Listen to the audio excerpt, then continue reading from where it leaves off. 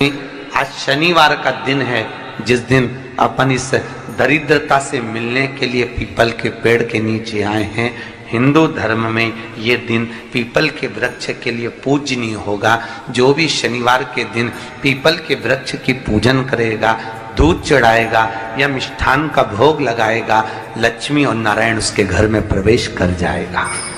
लक्ष्मी और नारायण उसके घर में प्रवेश करेगा, इसलिए नियम बनाया। कौन से दिन का? शनिवार। लक्ष्मी जी बोली, नारायण आपने तो एक दिन का वार लिख दिया। शंकर जी ने 7 वार बनाए हैं, रविवार, सोमवार, मंगल, बुध, गुरु, शुक्र और शनि। ये शिव जी ने बनाए। अब एक दिन आपने अपना बना लिया, बाकी के दिन अगर कोई इस पीपल के वृक्ष के नीचे आएगा और यहां तो दरिद्रता बैठी है तो उसका क्या होगा? भगवान नारायण बोले, सुन दरिद्रता, तेरे से एक विनती है, अगर कोई भी मनुष्य इस पीपल के पेड़ के नीचे अगर 7 दिन में आता है और उसके हाथ में अगर कोई सामग्री होती है तो तू उसके घर में प्रवेश नहीं करेगी। नियम है पीपल के वृक्ष का, या तो पानी का लोटा लेकर जाओ, कुंकू का चोपड़ा लेकर जाओ, शक्कर लेकर जाओ, या पेड़ के नीचे चींटी को डालने के लिए आटा ले जाओ, पर खाली हाथ पीपल के वृक्ष के नीचे कभी मत जाओ, कभी नहीं जाओ।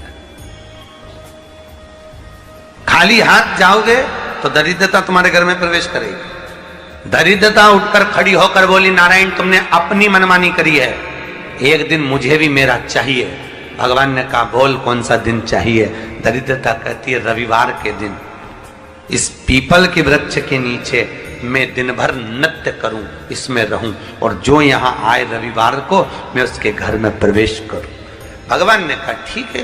दरिद्रता, रविवार का दिन एक ऐसा दिन रहेगा जिस दिन तू इस पीपल के वृक्ष के नीचे नृत्य करेगी और जो आएगा इस पीपल के वृक्ष के नीचे तो उसके साथ प्रवेश करेगी। मैंने तुझे वर दिया। इसलिए हमारे यहाँ केवल पीपल का वृक्ष अगर दीवार में भी लग जाता है ना, किसी की फैक्ट्री की दीवार में, किसी के घर की दीवार में पीपल का वृक्ष अगर लग जाता है, पीपल का पौधा लग जाता है, उसको कितना भी तोड़ लो वो वापिस लग जाएगा। फिर तोड़ोगे फिर लग जाएगा।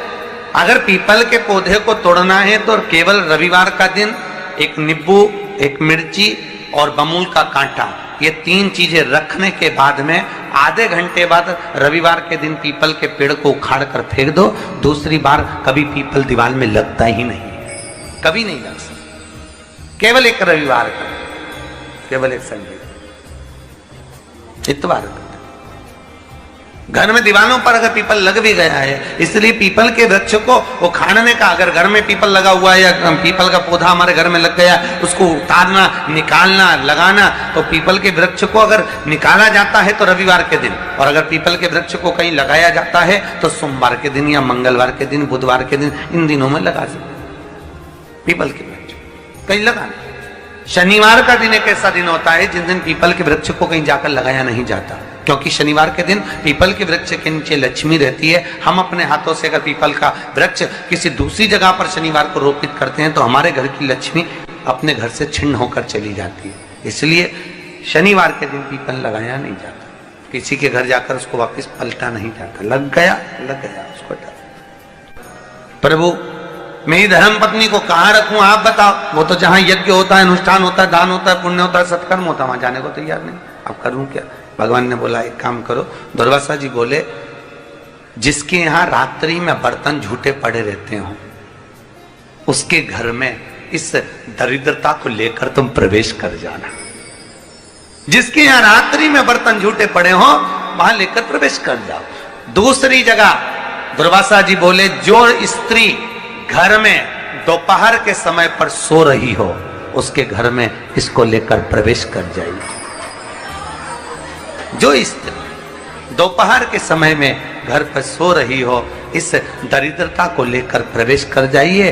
तीसरा, जिसके यहां पर दरवाजे पर कांटे वाले पौधे लगे हों उस घर में इस दरिद्रता को लेकर प्रवेश कर जाइए। दरिद्रता, कितनी सुंदर बात कही है। दाता और विधाता कौन कौन? दाता और विधाता, लक्ष्मी और दरिद्रता के सगे भाई हैं। कौन कौन? दाता और विधाता। दाता को फिटकरी प्रिय है, विधाता को नमक प्रिय है। ये दोनों हमेशा लक्ष्मी को और दरिद्रता को दोनों को समझाते थे, दोनों में प्रेम बढ़ाते थे। आज भी हिंदू धर्म की रीति है, यहां तो ठीक है, जिसके यहां पर भी अगर थोड़ी सी भी परेशानी होती है, थोड़ा सा क्लेश होता है, अशांति होती है, लक्ष्मी नहीं टिक रही हो, काम नहीं बन रहे हो, बहुत प्रयास करा जा रहा हो और हमारा कार्य नहीं होता, तो क्या करते हैं? फिटकरी और नमक को पानी में डाल देते हैं और घर में पोछा लगा देते हैं। आप लोगों ने आजकल फेसबुक पे भी पढ़ा होगा, व्हाट्सएप पे भी पढ़ा होगा। तो क्यों लिखा उसमें? उसका कारण ही केवल ये है कि दाता और विधाता की प्रियता उसमें। माता ख्याति के जो 4 बच्चे हुए, इसमें जो 2 लड़के हैं, दाता और विधाता, उसकी प्रियता उसकी पूर्णता उसमें। श्री शिवाय नमस्तुभ्यं। शिव महापुराण कहती है, अगर एक दिन शिव महापुराण की कथा कहती है, शनिवार के दिन अगर शिव की आराधना करी जाए, शनिवार के दिन अगर शंकर को जल चढ़ाया जाए, तो जिंदगी में व्यक्ति की कभी अकाल मृत्यु नहीं होती। कि बैसाख महीने में पवित्र वृक्ष के जड़ में 1 लोटा जल समर्पित कर देने पर और वहां की जो रज है उसको मस्तक पर चढ़ा लेने पर 84 लाख योनियों से मुक्ति मिल जाती है। 84 लाख योनियों से। आप में से कितनी माताएं या कितने भाई लोग बैठे हैं जो शंकर जी के मंदिर पर जाते हैं और मंदिर पर जब जाते हैं, वापिस जब लौट कर आते हैं, तो मंदिर की चौखट का स्पर्श कर कर अपने मस्तिष्क पर उस रज को लगाते हैं? आप में से कितने लोग हैं बहुत सारे? ठीक है। अब जितने लोगों ने हाथ उठाया और नियम से अगर शंकर मंदिर की दरवाजे की चौखट पर भगवान शंकर को जल चढ़ाने के बाद जब आप लौट कर आ रहे हैं और उनकी चौखट पर आपने हाथ फेर कर अपने मस्तिष्क पर उस रज को लगाया है, वो धीरे धीरे अपने भाग्य की ओर देखते हैं। तारीख लिख लेना कि मैंने इतनी तारीख से मंदिर जाना चालू करा, इतनी तारीख से मैं ये काम कर रहा हूं और इतनी तारीख तक मुझे ये फल की अनुभूति हुई। शनिवार के दिन जो पीपल के वृक्ष में सरसों के तेल का दीप लगाता है, उसको शनि कभी परेशान नहीं करता। एक बात हमेशा ध्यान रखिएगा, मान लो अच्छे काम करते करते उल्टे हो रहे हैं, होते किसी किसी के साथ में, विपरीत परिस्थितियां आ जाती है, अच्छा करने जाओ बुरा हो जाता है, अच्छा कर्म करने जाओ बुरा हो जाता है। तो पीपल के वृक्ष की जो छाल होती है, छाल देखिए, पीपल के वृक्ष में जो छाल लगी होती है, उस छाल को घिसकर चंदन बनाकर भगवान शंकर का स्नान कराकर, अभिषेक कराकर, पूजन कराने के बाद में पिपलेश्वर महादेव का नाम लेकर, कौन से महादेव? पिपलेश्वर महादेव का नाम लेकर वो जो घिसी हुई छाल होती है, उस छाल का तिलक भगवान शंकर को लगा लो और उसी का थोड़ा सा भाग अपने कंठ पर, मस्तक पर लगाना प्रारंभ कर दो। धीरे धीरे जो विपरीत दशा है वो सुधरना प्रारंभ हो जाती है। पर नाम याद रखना, पिपलेश्वर। आज शनिवार का दिन है, जिस दिन अपन इस दरिद्रता से मिलने के लिए पीपल के पेड़ के नीचे आए हैं। हिंदू धर्म में ये दिन पीपल के वृक्ष के लिए पूजनीय होगा। जो भी शनिवार के दिन पीपल के वृक्ष की पूजन करेगा, दूध चढ़ाएगा या मिष्ठान का भोग लगाएगा, लक्ष्मी और नारायण उसके घर में प्रवेश कर जाएगा। लक्ष्मी और नारायण उसके घर में प्रवेश करेगा।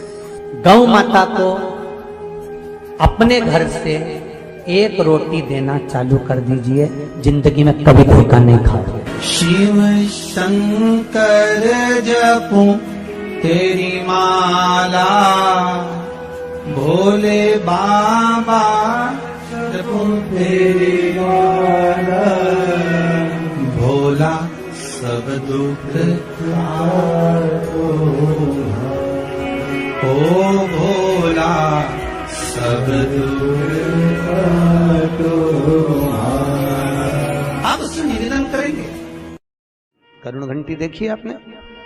वो बजाते हो गरुण जी महाराज की घंटी, ये घंटी का नाद कहाँ कहाँ करना चाहिए? गरुण घंटी का नाद किया जाता है सबसे पहले भगवान के सम्मुख में, ठीक है। दूसरी जगह गरुण घंटी का नाद करना चाहिए फिर अपने रसोई घर में जहां पर परिंदा भरा है उस स्थान पर, पितरों की शांति के।